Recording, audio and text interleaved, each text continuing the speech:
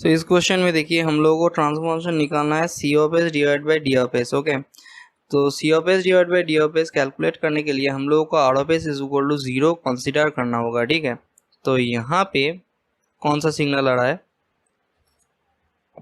यहाँ पे देखिए R of S minus C of S signal आ रहा है। ठीक है, तो R of S minus C of S. Okay, ठीक है, यहाँ पे देखिए ये सेम सिग्नल 3 से मल्टीप्लाई हो रहा है तो इंटू 3 कर दिए, तो यहाँ पे कौन सा सिग्नल आ रहा है, R of S minus C of S into 3। Okay, तो यहाँ पे कौन सा सिग्नल आ रहा है, plus of D of S. इस सिग्नल के साथ प्लस ऑफ क्या हो रहा है, डी ऑफ एस हो रहा है। ओके, ठीक है, तो यहाँ पे कौन सा सिग्नल आ रहा है, यहाँ पे जो सिग्नल आ रहा है उसके साथ हम डायरेक्टली क्या करेंगे, 2 divided by 3s plus 1 multiply करेंगे। ओके, ठीक है, इसके साथ 2 डिवाइड बाई 3s प्लस 1 के साथ ये पूरा सिग्नल मल्टीप्लाई होके यहाँ पे आ रहा है। ठीक है, ओके, इक्वल टू क्या हो जाएगा, सी ऑफ एस हो जाएगा। ठीक है, तो यहाँ पे अगर हम लोग अब आर ऑफ एस को 0 माने तो क्या होगा, 0 minus of C of S into 3 हो गया plus of D of S हो गया 2 divided by 3s plus 1 equal to क्या होगा आपका, सी ऑफ एस। ओके, ठीक है, तो यहाँ पे देखिए अब minus of 6 divided by 3s plus 1 into C of S. Okay, plus of D of S into 2 divided by 3s plus 1 हो गया 3s plus 1 equal to C of S, right. Okay, अब इस सी ऑफ एस को अगर हम लोग इधर लेके जाए तो क्या होगा,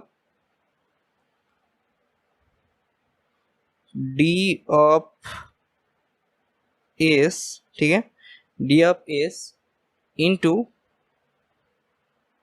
2 डिवाइड बाई 3s प्लस 1 हो गया equal to 1 plus 6 divide by 3s plus 1 हो गया into C of S, right. Okay, ठीक है, तो अब देखिए यहाँ पे अगर हम लोग C of S divide by D of S निकाले तो क्या होगा,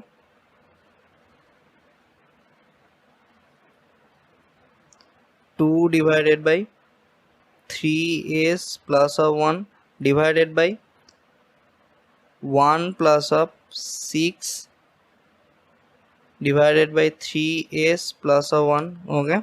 ठीक है, तो इसको अगर हम लोग सिंप्लीफाई करेंगे तो यहाँ पे आपका 2 आएगा divided by 3s plus of 7 आएगा। ओके, ठीक है, तो C of S divide by D of S by considering R of S is equal to 0 क्या होगा, 2 divide by 3s plus of 7। Okay, ठीक है, तो इस क्वेश्चन में हम लोगों को सेंसिटिविटी निकालना है स्टेडी स्टेट एरर का विथ चेंज ऑफ पैरामीटर के एंड ए। ओके, तो हम लोगों को पहले यहाँ पे स्टेडी स्टेट एरर निकालना है। ठीक है, तो स्टेडी स्टेट एरर निकालने के लिए हम लोगों को के भी निकालना है। ठीक है, तो के भी इक्वल टू क्या होता है, limit S is tends towards 0 S into G of S. ठीक है, तो हम लोग के भी क्यों निकाल रहे हैं, क्योंकि क्वेश्चन में और एक इन्फॉर्मेशन दिया गया है कि ये जो आर ऑफ एस है, ठीक है, वो रैम्प फंक्शन है, आर ऑफ टी है। ठीक है, तो इसीलिए हम लोग के भी निकाल रहे हैं। अगर क्वेश्चन में बोला जाता कि ये आर ऑफ एस जो है वो आपका यू ऑफ टी है, ठीक है, मतलब यूनिट स्टेप फंक्शन है। ठीक है, तो फिर हम लोग क्या निकालते, के पी निकालते। ठीक है, तो के पी इक्वल टू क्या होता है, limit S is tends toward 0 G of S होता है। ठीक है, एस नहीं होता यहाँ पे। ओके, तो यहाँ पे अगर input R of S equal to कोई पैराबोलिक इनपुट होता है यहाँ पे, like half T square U of T, ऐसा अगर कुछ होता, ठीक है, तो उस टाइम में हम लोग क्या निकालते, के ए निकालते। ओके, तो के इक्वल टू क्या होता है, limit S is tends towards 0 S square into G of S. Okay, ठीक है। तो इस केस में आपका स्टेडी स्टेट एरर क्या आता है, E S S equal to 1 divided by K V. Okay, इस केस में आपका स्टेडी स्टेट एरर क्या आता है, E S S equal to 1 divide by 1 plus of K P. Okay, ठीक है। ओके, तो इस केस में आपका स्टेडी स्टेट एरर क्या आता है, 1 डिवाइड बाई के। ओके, और ये जो इक्वेशन मैं लिखा हूँ ये सिर्फ यूनिटी नेगेटिव फीडबैक सिस्टम के लिए ही वैलिड है, ठीक है। कोई negative non unity feedback system अगर दिया गया है तो फिर उसके लिए ये सब इक्वेशन वैलिड नहीं होगा, ईएसएस मतलब स्टेडी स्टेट एरर निकालने के लिए। ओके, ठीक है। तो यहाँ पे देखिए K V equal to limit S tends to 0 S into G of S. Okay, तो यहाँ पे जी ऑफ एस के जगह में हम लोग क्या बैठाएंगे, limit S is tends towards 0, okay, S into G of S के जगह में K divided by S into S plus of A. Okay, ठीक है। तो एस और एस गॉट कैंसिल हेयर, तो और एस इज इक्वल टू अगर 0 बैठा है तो यहाँ पे क्या आ जाएगा, के डिवाइडेड बाई ए आ जाएगा। ओके, तो ए क्या आ गया, के भी का वैल्यू आ गया, ठीक है। तो ई एस एस का वैल्यू मतलब स्टेडी स्टेट एरर क्या होता है, 1 डिवाइड बाई के वी होता है, ठीक है। तो 1 divide by K we equal to क्या आ जाएगा, ए डिवाइड बाई के आ जाएगा। ओके, तो ई एस एस का वैल्यू आपका आ गया A divide by K. Okay, तो sensitivity of E S S with respect to change in K. Okay, तो क्या होगा ये, del E S S divided by E S S upon del K upon K, ठीक है। तो del E S S upon del K into K divided by E S S. Okay, ठीक है। तो ई एस एस क्या आया था हमारा, ई एस एस आपका आया था, E S S is equal to A divided by K. Okay, तो del del K of A divided by K, okay, into K divided by A by K. Okay, ठीक है, ठीक है। तो इसको अगर हम लोग सॉल्व करें तो क्या होगा, del del K of A divide by के minus of A divided by के स्क्वायर इंटू के स्क्वायर डिवाइडेड बाई ए, तो कितना आ गया हमारा, माइनस ऑफ 1। ओके, ठीक है। तो अब देखिए sensitivity of E S S with respect to change in A. Okay, तो ये क्या होगा, del E S S upon E S S divided by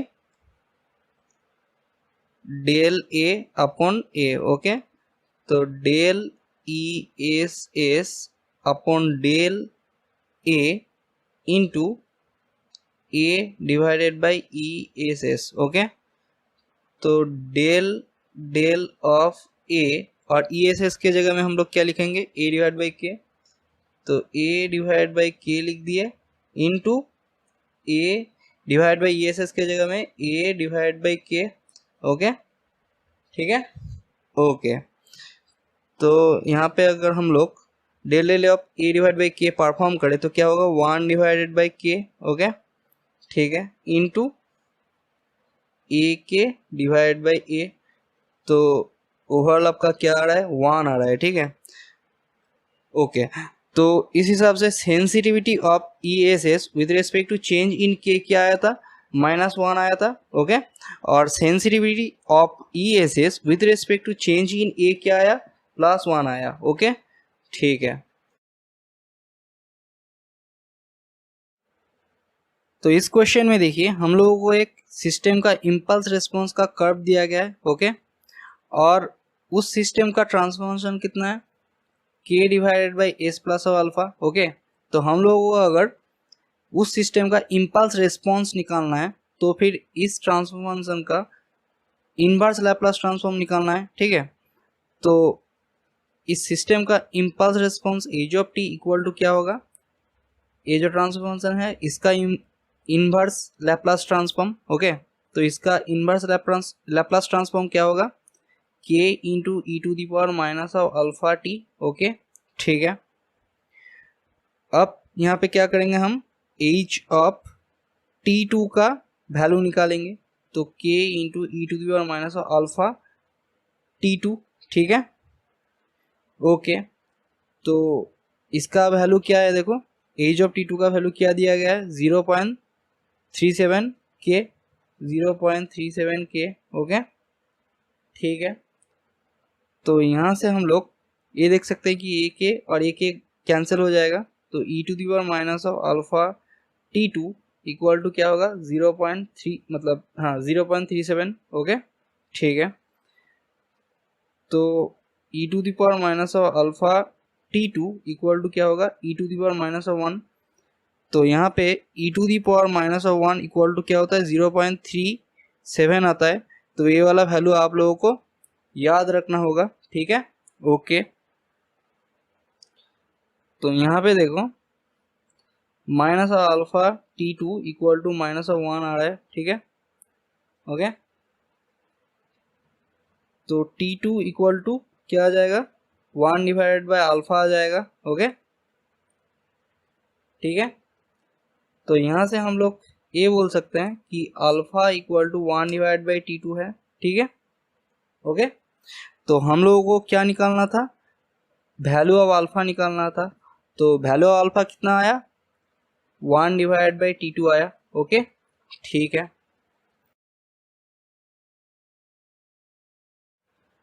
तो इस क्वेश्चन में देखिए एक डिस्टरबेंस डी ऑफ एस है, ठीक है। तो इस डी ऑफ एस के लिए जो एरर हो रहा है उसको हम लोगों को रिड्यूस करना है, ठीक है। तो इसके लिए हम लोगों को पहले C of S divided by D of S निकालना है by considering R of S is equal to 0, right. तो यहाँ पे देखो कितना सिग्नल आ रहा है, यहाँ पे R of S, okay, R of S minus C of S. Okay, ठीक है। उसके बाद देखो यहाँ पे कितना सिग्नल आ रहा है, इंटू G1 ऑफ एस, ठीक है। जस्ट इस G1 ऑफ एस से मल्टीप्लाई कर दिया तो यहाँ का सिग्नल निकल आया, ठीक है। प्लस D ऑफ एस कर देंगे इसके साथ तो यहाँ का सिग्नल आ जाएगा। ओके, और इसके साथ अगर हम लोग G2 ऑफ एस मल्टीप्लाई कर दे, ठीक है, तो क्या आ जाएगा, यहाँ का सिग्नल आ जाएगा। और यहाँ का सिग्नल क्या है, सी ऑफ एस, तो equal to C of S लिख दिए, राइट। ओके, तो अब हम लोगों को क्या करना है, इस आर ऑफ एस को 0 कंसीडर करना है। ओके, तो आर ऑफ एस को अगर 0 माने तो minus of C of S into G1 of S plus of D of S into bracket खत्म, उसके बाद into G2 of S, okay, equal to C of S, right. Okay, तो यहाँ पे अब क्या होगा, minus of C of S into G1 of S into G2 of S, okay, plus of D of S into G2 of S, right, equal to क्या होगा, C of S, ठीक है। ओके, तो यहाँ पे आप देखो D of S into G2 of S equal to क्या होगा, 1 plus of G1 of S G2 of S into C of S, right. Okay, तो यहाँ पे देखो C of S divided by D of S आपका क्या आया, G2 of S divided by 1 plus of G1 of S into G2 of S. Okay, ठीक है। तो अब देखो C of S divide by D of S equal to क्या आया, G2 of S divide by 1 plus of G1 of S dot G2 of S, right. Okay, by considering R of S is equal to 0, right.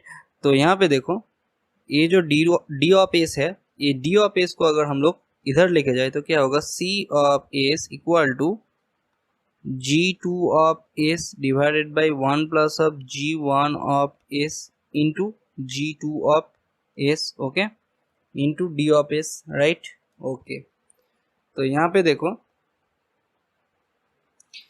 ये जो product है G1 of S और G2 of S का, ये product 1 से बहुत ज़्यादा है तो हम लोग 1 को नेग्लेक्ट करेंगे, ठीक है। तो C of S equal to क्या होगा, G2 of S divided by G1 of S dot G2 of S, okay, into D of S, right, ठीक है। तो यहाँ पे देखो ये G2 of S और G2 of S क्या हो रहा है, कैंसिल हो रहा है, ठीक है। तो C of S equal to क्या होगा, C of S equal to आपका आ जाएगा D of S divide by G1 of S, okay, ठीक है। तो यहाँ पे देखो सिस्टम रेस्पॉन्स का जो एक्सप्रेशन है वो डिपेंड कर रहा है डी ऑफ एस के ऊपर और G1 ऑफ एस के ऊपर, ठीक है। तो इस सिस्टम रेस्पॉन्स पे इस डी ऑफ एस के कारण जो एरर आ रहा है उसको रिड्यूस करने के लिए हम लोगों को क्या करना होगा, इस G1 ऑफ एस का वैल्यू को इंक्रीज करना होगा, ठीक है। अब ये G1 ऑफ एस का वैल्यू अगर हम लोग इंक्रीज कर दिए तो ये जो ओवरऑल जो वैल्यू है वो डिक्रीज कर जाएगा। तो फिर क्या होगा कि इस डी ऑफ एस के कारण जो एरर आ रहा है सिस्टम रेस्पॉन्स में वो रिड्यूस हो जाएगा, ठीक है। तो डी ऑफ एस के कारण जो एरर आ रहा है सिस्टम रेस्पॉन्स में उसको रिड्यूस करने के लिए हम लोगों को G1 ऑफ एस का वैल्यू इंक्रीज करना होगा, ठीक है, ओके।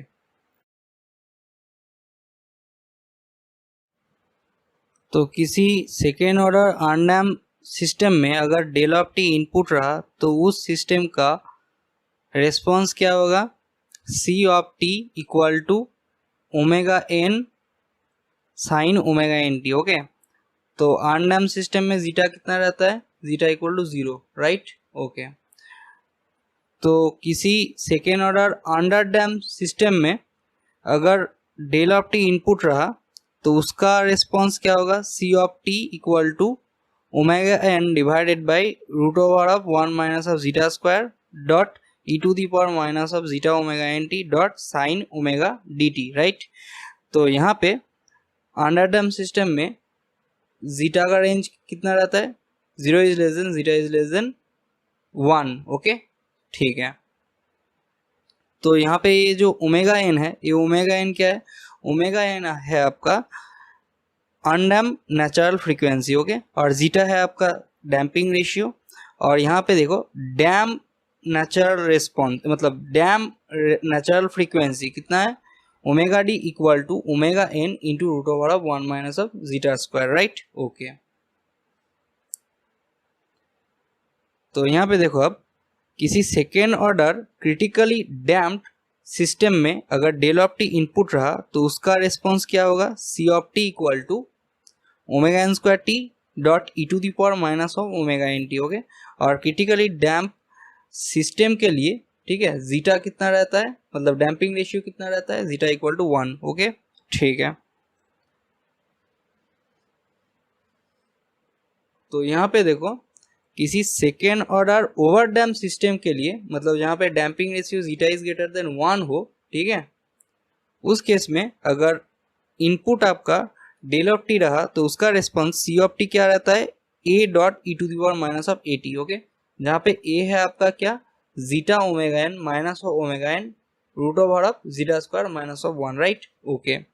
तो ये चारों रिस्पॉन्स आपको रटे होने चाहिए, ठीक है ना, for del of T as well as U of T. तो मैंने इस लेक्चर में डेल ऑफ टी के लिए बता दिया और किसी और लेक्चर में यू ऑफ टी मतलब स्टेप रिस्पॉन्स के लिए बता दूंगा, ठीक है, ओके।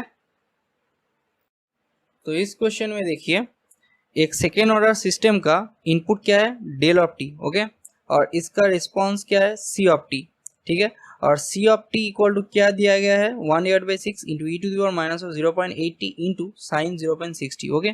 और इस क्वेश्चन में हम लोगों को इस सिस्टम का undamped natural frequency omega N निकालना है और डैम्पिंग रेशियो जीटा निकालना है, ओके।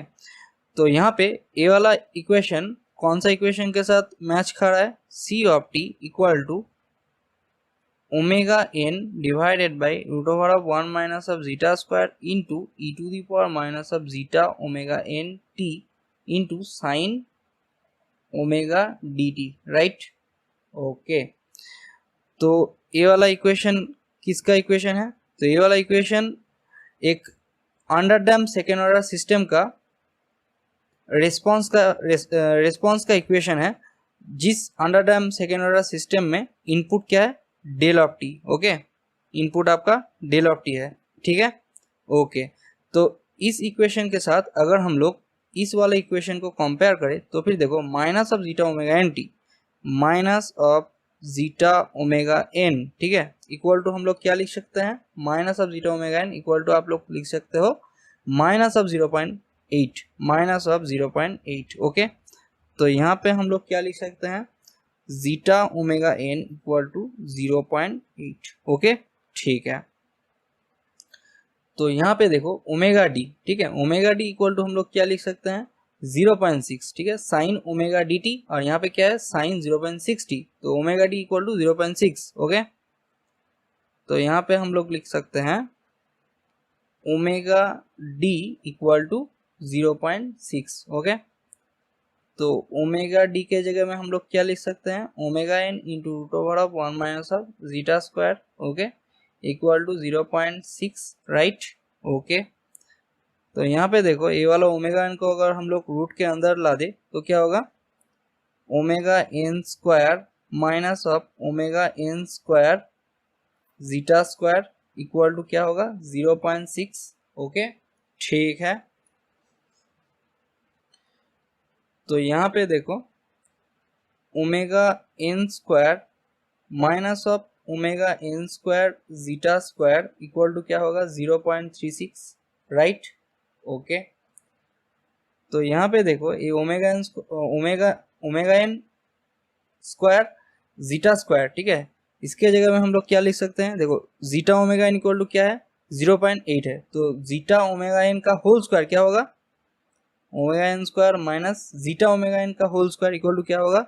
0.8 का होल स्क्वायर, तो 0.64 लिख सकते हैं यहाँ पे, इक्वल टू क्या होगा? 0.36। ओके, ठीक है। तो यहाँ से हम लोग डायरेक्टली क्या लिख सकते हैं? Omega N equal to plus minus of 1, तो माइनस में तो फ्रीक्वेंसी नहीं आएगा, तो प्लस में आएगा, तो प्लस ऑफ 1। ओके, ठीक है। तो ओमेगा एन इक्वल टू क्या होगा? 1 रेडियन। तो यहाँ पे अगर हम लोग ओमेगा का वैल्यू पुट करें तो क्या होगा? Zeta equal to 0.8। ओके, तो इस क्वेश्चन का सही आंसर क्या है? Omega N equal to 1 rad per second और जीटा इक्वल टू क्या है? 0.8। ओके।